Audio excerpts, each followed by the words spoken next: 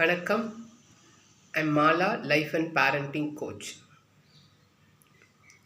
நீங்கள் எப்போவாவது நினச்சிருக்கீங்களா, நான் நினச்ச பர்ஃபெக்ட் பேரண்டிங் ரியாலிட்டியில் இப்படி ஆயிடுத்தேன்னு?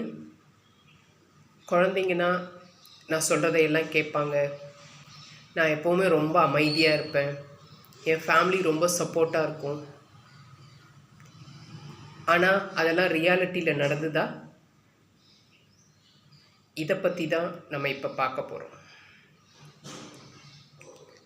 பேரண்டிங்னா ரொம்ப அழகாக தோணுதில்ல, ஆனால் ரியாலிட்டியில் அது ஒரு ரோலர் கோஸ்ட் மாதிரி தாங்க. நம்ம குழந்தைங்களோட வளர்ச்சி, நம்மளோட பேஷன்ஸ், ஃபேமிலியோட ஆப்ஷன்ஸ் எல்லாமே லைஃப்பில் ஒரு செக் கொடுக்கும். Let's see how expectations differ from everyday reality. நம்ம என்ன நினைக்கிறோன்னா, நான் சொல்கிறதையெல்லாம் என் குழந்தைங்க கேட்பாங்கன்ட்டு. ஆனால் ரியாலிட்டியில் பாதி நேரம் அவங்க கேட்குறதில்ல. அது தப்பும் இல்லை. ஏன்னா அவங்களோட இண்டிவிஜுவாலிட்டியை வளர்க்க ஆரம்பிக்கிற டைம். நம்ம என்ன பண்ணணும்னா, அமைதியாக அவங்கக்கிட்ட உனக்கு ஏன் இப்படி தோணுது அப்படின்னு கேட்கும்போது அவங்க ஓப்பனாக நம்மக்கிட்ட பேச ஆரம்பிப்பாங்க. ரெண்டாவது, நம்ம என்ன எதிர்பார்க்குறோன்னா, நான் எப்போவுமே பொறுமையாக அமைதியாக இருக்கணும்னு எதிர்பார்க்குறோம். ஆனால் ரியாலிட்டியில் என்ன நடக்குது? சில நேரம் நமக்கும் கோபம் வருது, சில டைம் நம்ம கத்தவும் செய்கிறோம், அப்புறமா நம்மளே தப்பு பண்ணிட்டோமேன்னு ஃபீலும் பண்ணுறோம். ஆனால் அது தப்பு கிடையாதுங்க.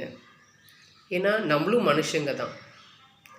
நம்ம என்ன பண்ணணும்னா, நம்ம குழந்தைங்கிட்ட அதுக்கப்புறம் சாரிடா, அம்மா டயர்டாக இருந்தேன், பட் நான் உன்னை ரொம்ப நேசிக்கிறேன் அப்படின்னு சொல்லும்போது அந்த சின்சியாரிட்டி அவங்களுக்கு ஒரு இமோஷ்னல் ஹானஸ்டியை பில்ட் பண்ணும், வளர்த்துக்கிறதுக்கு உதவியாக இருக்கும். இமோஷ்னல் ஹானஸ்டியை வளர்த்துக்கிறதுக்கு உதவியாக இருக்கும்.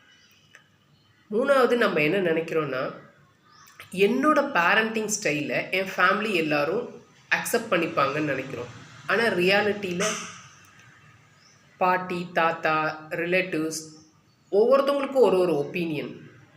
பட் ஏன்னா அவங்களோட அனுபவம் வேறு, நம்ம அனுபவம் வேறு.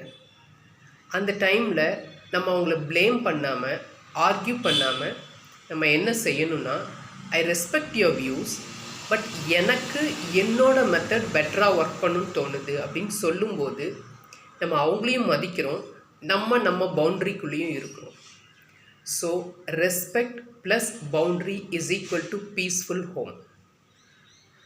நாலாவது, நம்ம என்ன நினைக்கிறோன்னா, நம்ம குழந்தைங்க எப்போவுமே ஹாப்பியாக இருக்கணும்னு நினைக்கிறோம்.